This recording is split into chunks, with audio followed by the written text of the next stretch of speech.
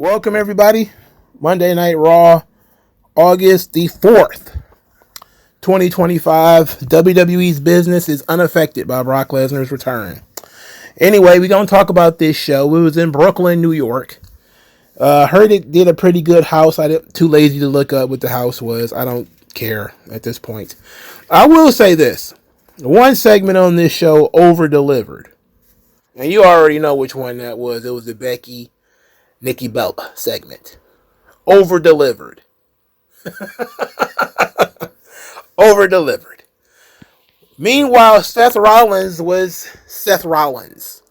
And whatever that means to you, if you like Seth Rollins, you liked it. If you don't like Seth Rollins, you didn't like it. I'm in the middle. Seth Rollins used to be one of my favorites. Not gonna lie. I was a big fan when they first broke him out of the Shield. I was into it. And then I can tell you, 2019, that's when things got weird. The man's man. It got weird. 2020, the Monday Night Messiah, I was back in. 2021, 2022, I was okay. But 2023, nope. Ever since Triple H took over, Seth Rollins has been nothing but annoying. Nothing but annoying. Either he's wearing women's clothes, he's cackling, his entrance takes forever because he has to soak in the song. I cannot stand it. Can't stand it. Now they've given him Paul Heyman, Braun Breaker, and Bronson Reed. And he's opening Raw. Now, talked about his top secret plan. Only two people knew, Becky Lynch and Paul Heyman. Now he's got absolute power, and this is The Vision. That's the name of his group now, is The Vision. The past, present, and future of the WWE. Who is the past? Is it Paul? Who's the present? Himself, right? And the future will be Braun Breaker, or is it Bronson Reed? I don't know. Anyway, LA Knight came out there, and this was obvious. LA Knight thinks that Seth Rollins faked that injury to escape him. Said he wanted to hurt him. Now he wants to hurt him even worse by taking the world title away from him. Said, let's do it tonight. He botched a little bit of that promo. LA Knight always forgets where he is. I'm not going to blame you, because I screw up promos too, bro. It is what it is. Adam Pearce came out. He was full of piss and vinegar. Said that Rollins' medical team lied to his medical team. And so he's going to make the match for the world title tonight. And he banned both Brauns from ringside. I was like, oh, that's interesting. I should have figured it out that what was going to happen happened. But I had hope. I had some hope. I thought, okay, this match is just going to end with a stomp and we're going to call it a day. Nope, they go out there to work on the match, and it's a disqualification win for LA Knight because CM Punk showed up. Attacked Seth Rollins, crowd blew up. Seth Rollins was going to stomp LA Knight's head on the bare floor. That was not good for his health. And so CM Punk kind of saved him. LA Knight and CM Punk get to arguing because CM Punk just cost LA Knight the world title. The Brauns attack CM Punk and LA Knight, beat them both up, tsunamis. Roman Reigns appears. He beats up the Brauns. He chases Seth Rollins, gets caught, beat up by the Brauns. Then they assault him. They assault Roman Reigns, give him 3 tsunamis, and leave him dead in the middle of the ring. They beat up all the baby faces and walked right on off. No Jey Uso, believe it or not. The crowd is yeeting crazy. No Jey Uso. I found that to be very suspicious. Why wouldn't Jey Uso be out there at this point in time? All right, again, this is another week where the Brauns beat up everybody. They've been doing this a lot lately, so it's lost its luster. They could have done something unique here, but Roman being a one-man wrecking crew, able to beat everybody's ass by himself, is pretty nuts. But they're obviously setting up a Survivor Series kind of situation.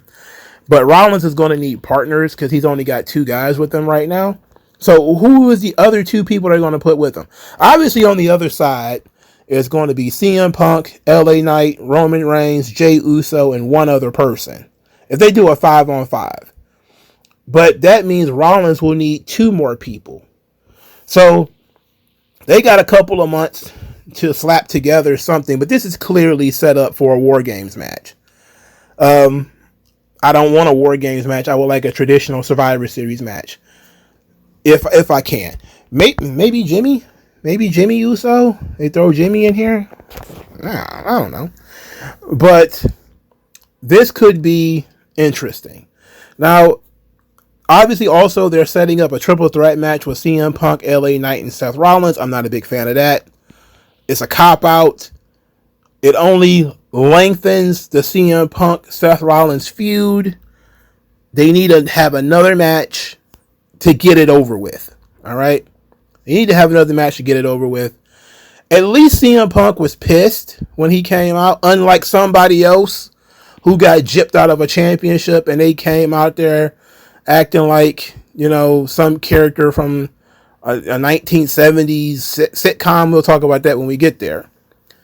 But this is, if you like Seth Rollins, you like this. If you don't like Seth Rollins, you probably didn't like this. And it's just how it is. I'm burnt out on Seth Rollins. I would definitely prefer, maybe they need to do something different with him, but it's not working. It ain't working for me. It's just more Seth Rollins on top. At least they moved LA Knight up. So all of you LA Knight fans, I told you guys to give it up. You held out hope. This is your reward. You get the LA Knight push, but you got to deal with Seth Rollins. Is it a fair trade? Or is it complicated? Next, Dominic Mysterio claims that he's the king of the luchadors. He gets challenged to a match by Dragon Lee. AJ Styles gave Dominic credit for winning. He talked about how clever he is, but that one day he's going to run out of tricks. They have the match. Dominic Mysterio defeats Dragon Lee. Fun match. It was short, though. These two will be main eventing Triple Mania. 2 of the 4 men that will be in that match. 3 El Grande Americanos appeared. As, of course, distractions, because there's a distraction in every single match. Dominic Mysterio wins the match. Poor Dragon Lee. I love that guy, man. He's so good. And this is what they got for him. It is what it is. Hopefully he gets a big push in Mexico. That's all I can say. I can't imagine this going any worse for anybody at this point. Dominic Mysterio versus AJ Styles. They're going to be continuing this. Good. Okay. AJ should work his way back into the spot, but good. Yeah. I like that they're not giving up on that.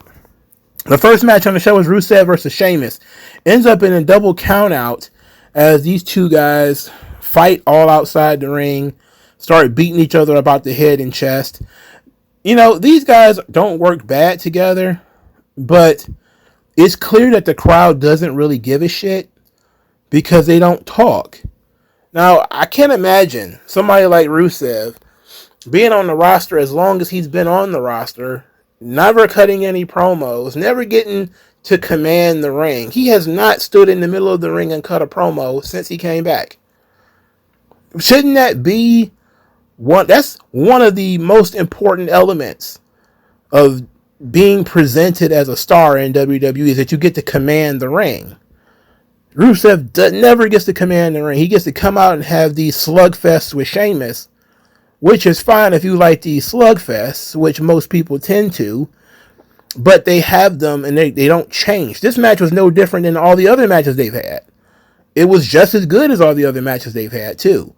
So that means they're all consistent, which means they're all virtually the same. So it's like all muted gray. But they're at least building up to some kind of Falls Count Anywhere thing from what it seems like. These guys will fight throughout the building for the rest of the night, crashing into Charlotte and Alexa Bliss. Then they will also crash into Sami Zayn, with Sami Zayn getting punched by Rusev, and then Rusev punched Sami Zayn back. No, I got that backwards. Sami Zayn punched Rusev back. And they're going to have a match next week. And that doesn't do Rusev any good.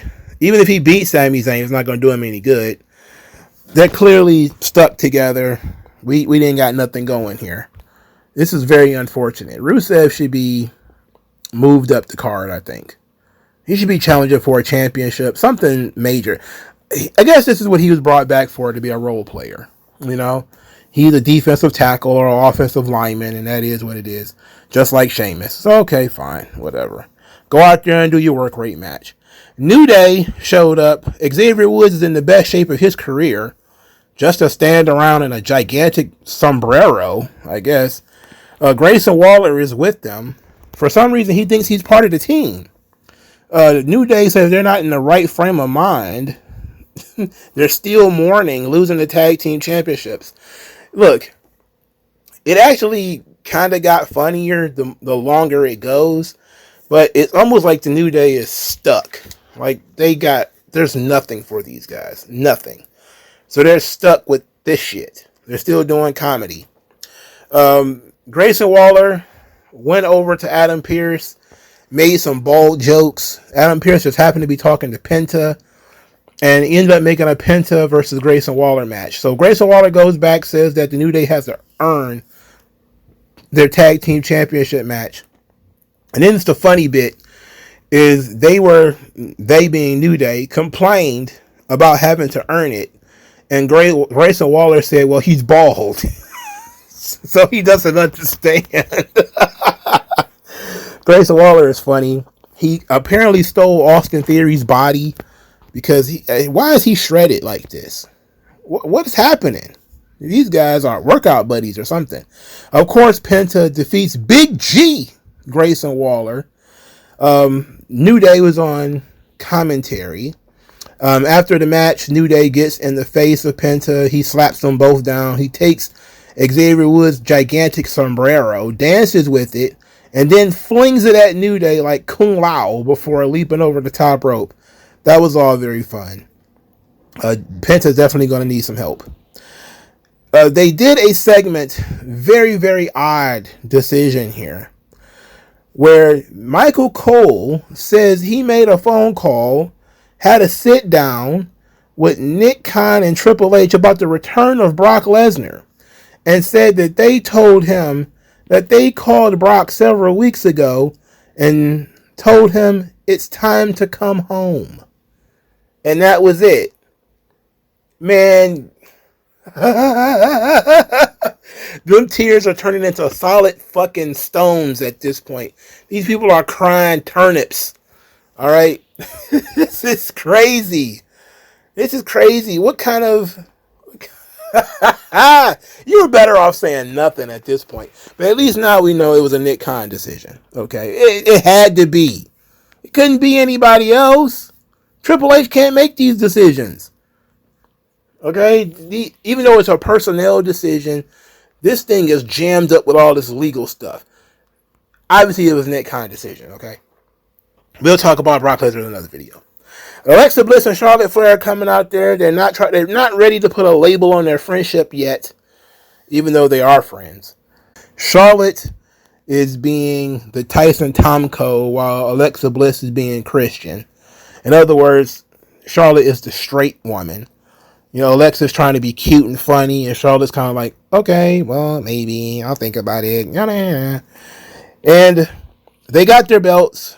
Alexa Bliss is like, yeah, you're stuck with me as long as you're the tag team champions with me. She's the Mick Foley of this thing. You know, she's the ugly friend, which is no. No. Okay. Anyway, Roxanne Perez and Raquel Rodriguez came out there. They agreed to a rematch. Adam Pearce let them go. So Charlotte Flair and Alexa Bliss defeated Raquel Rodriguez and Roxanne Perez again. This match was also solid. I don't understand why this match had to be back-to-back. I don't know what the plan is for Judgment Day. I don't want to even ask that question. It doesn't matter. The Kabuki Warriors are backstage. They were willing to help Io, but Io says she doesn't need it. It's okay. Rhea Ripley walks in, says that Io is getting a championship match one-on-one because she didn't lose. Of course. This is how this shit works. Always when it comes to triple threats. Well, I didn't lose, so I get to rematch. Obviously, right? I mean, come on. So Rhea wants Io to win the championship from Naomi because she wants to beat Io for the title. And Io says, "You will never beat me. You are next." You know, she's like the small Japanese Bolo to Jean-Claude Rhea Ripley. Okay. One of my followers, I forget who it was, I'm so sorry, brother, brought it to my attention that they're going to Perth later this year. And I was like, that's it. That's when they're going to wrap this whole thing up. That's when Io is going to lose the title to Rhea Ripley. When they go to Perth. That's it. This is all just the build up for whatever fucking show that is. Is that Survivor? Is that Elimination Chamber? I don't know what show it is. I'm sorry. But they're going to Australia at some point in the future. Fairly recently. I'm pretty sure it's either this year or early next year. And that's when it's going to happen. So they're going to drag Rhea Ripley around like 10 sacks of potatoes through this women's division until they get there. Which is not fair for the rest of the girls, I must say. Naomi was backstage cackling like Skeletor as usual when Stephanie Vaquera, another person who doesn't really speak English, shows up, and Naomi says that she's going to stick her horns up her rear end. Her hiney, if you will. I really hope Stephanie... I like Naomi. I'm not going to prey on her downfall. I'm not going to do that, but let me tell you, I'm not thrilled about that whole Stephanie Vaquera and Naomi thing.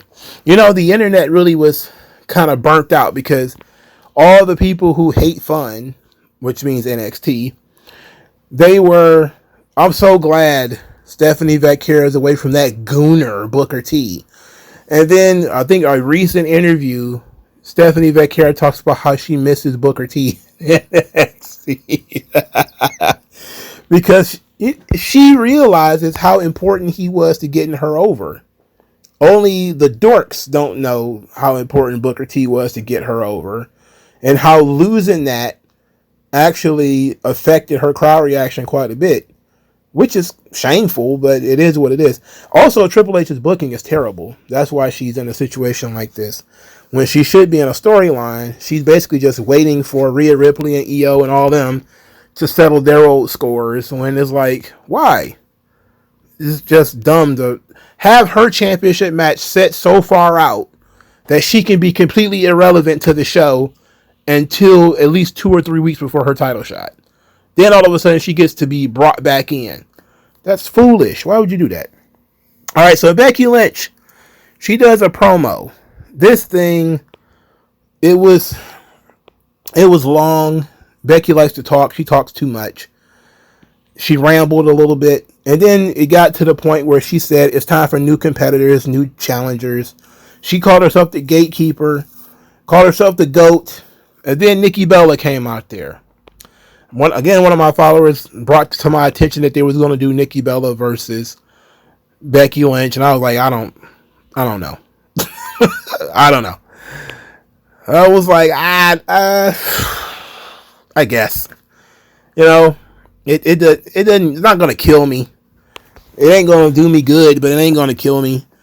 So then we get this promo segment where Nikki Bella shows her age, because again, understand, Becky Lynch is almost 40. Okay. I would imagine Nikki is around that same age, probably a couple of years older. She's not like in her 50s or anything like that. So she's not like substantially older than Becky. And Nikki is talking down to Becky. Now I understand what they're trying to set here is that Nikki was there longer than Becky and all this sort of stuff.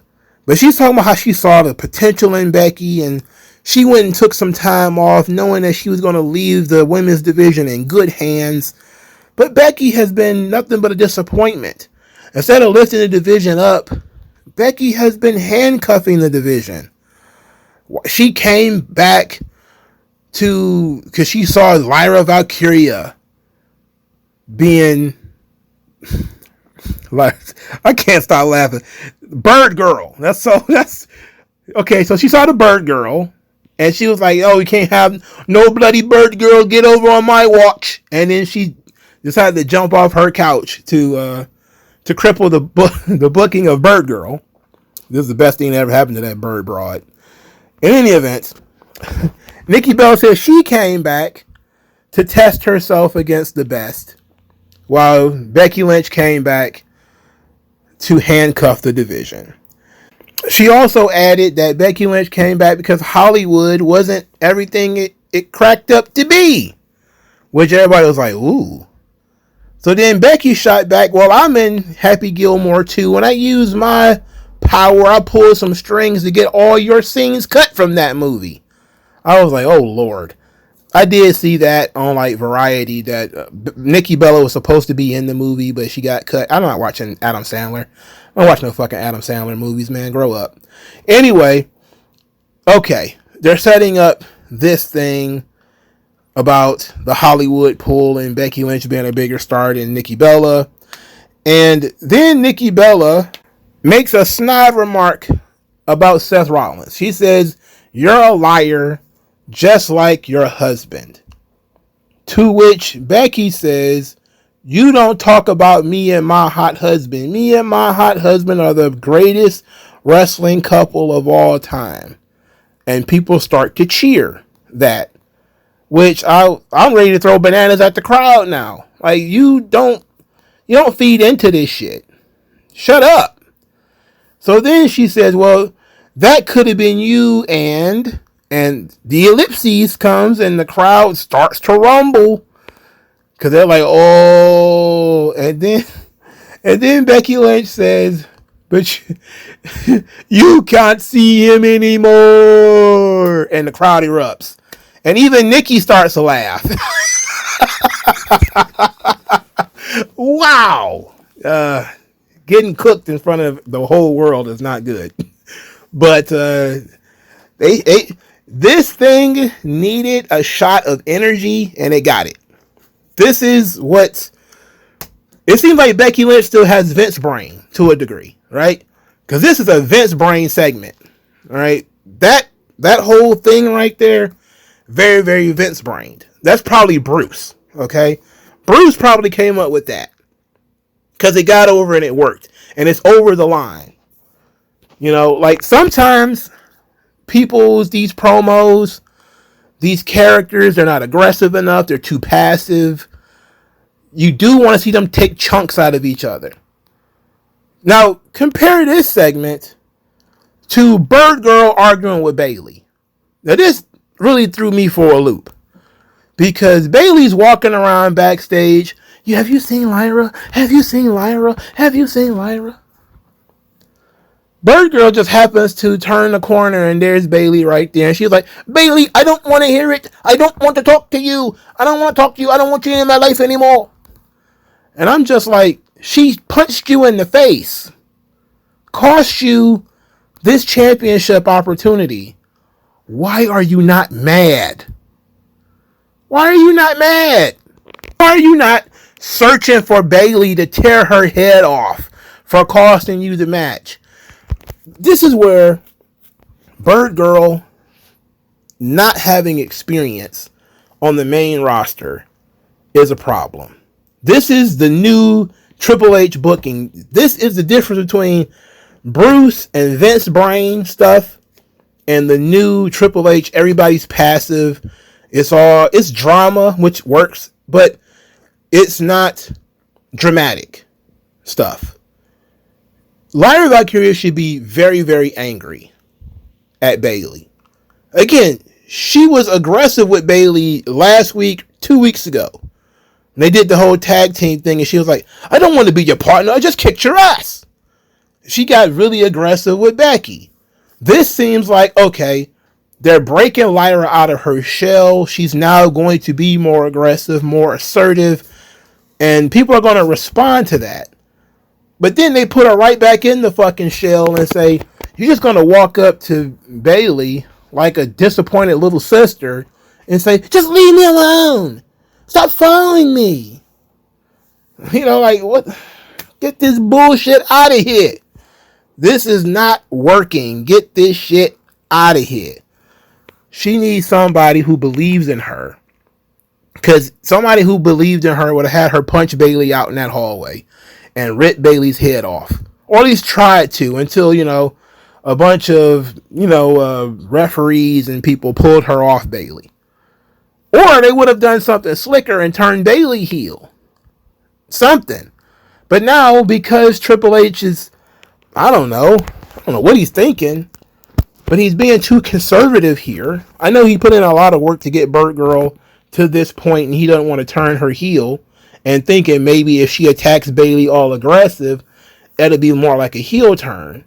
But everybody will realize that Bayley earned it, right? She deserves it. So it's not a heel tactic unless she goes too far, like, tries to kill her or something like that. Which, that wouldn't be a problem.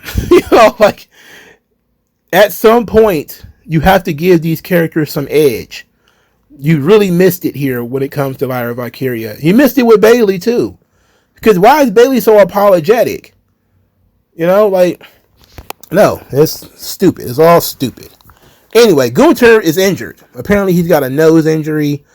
They gave us some kind of scientific explanation for why he won't be around.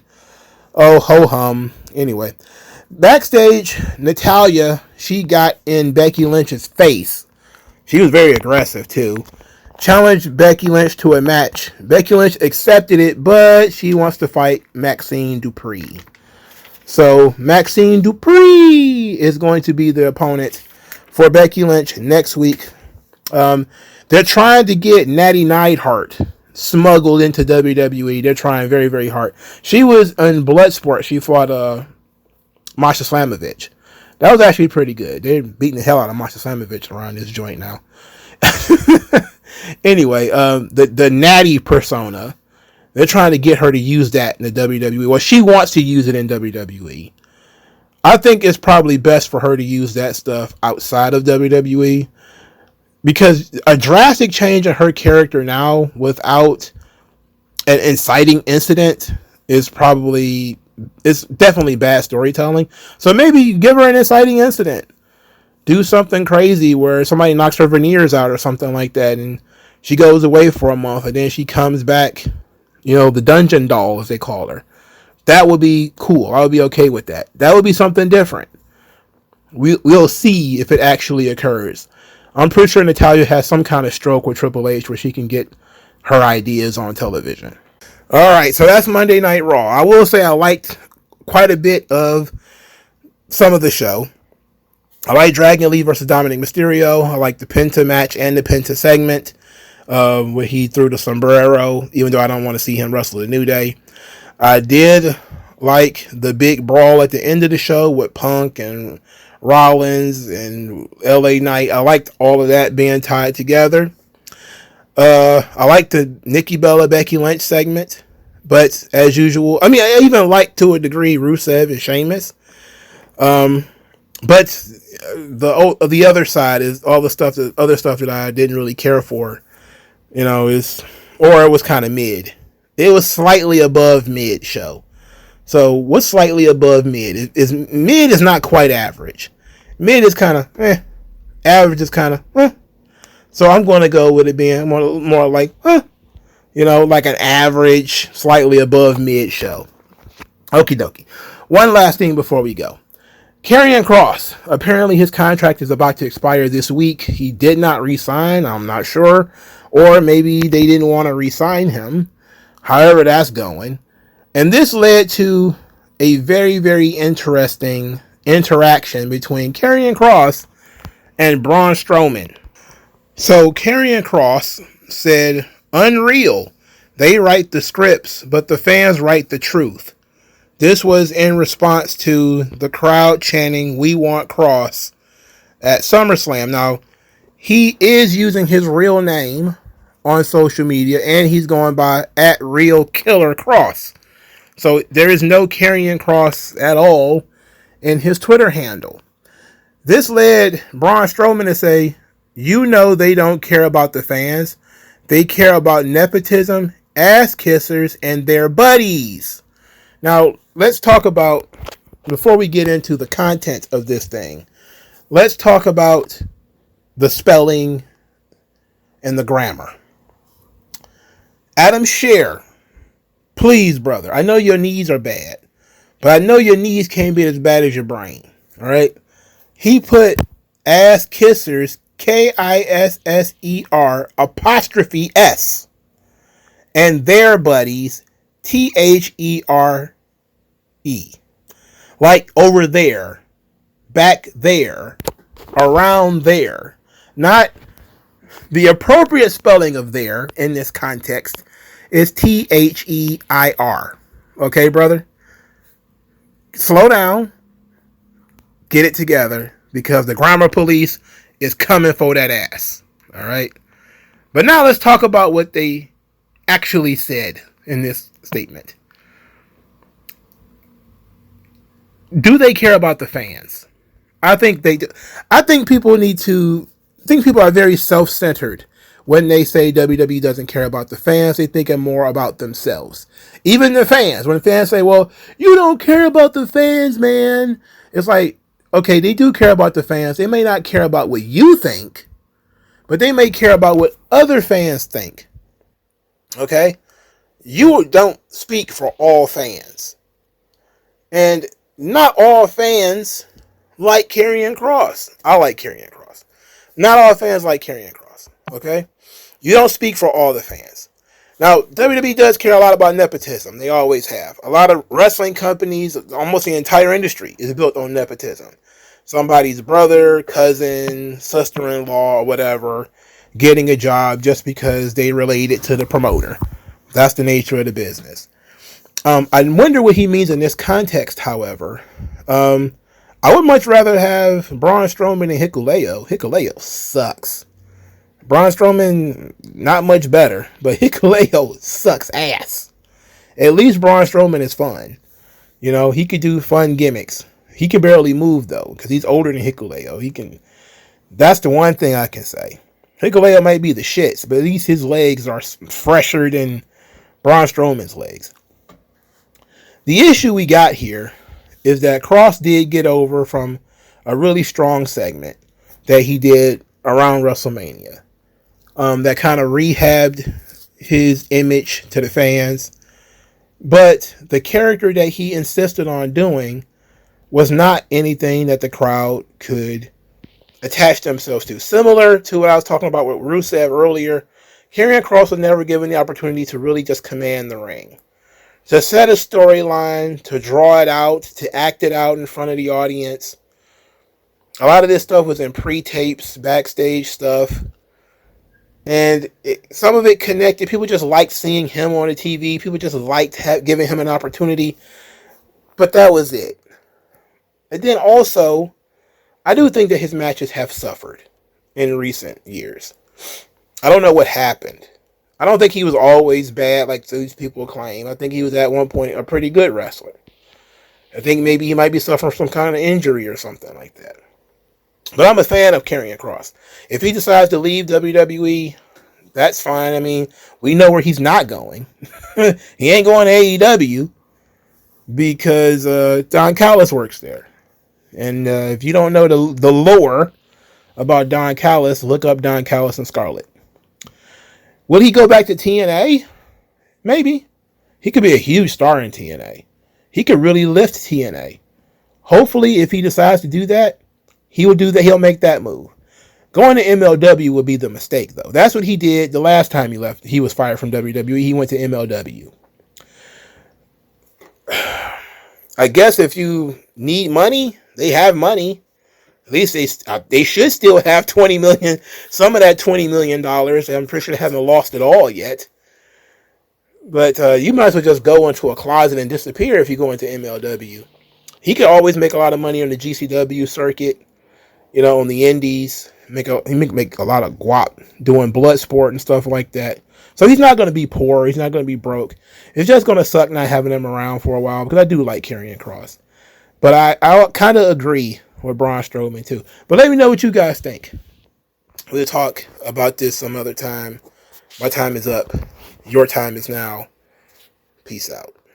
No one does it better.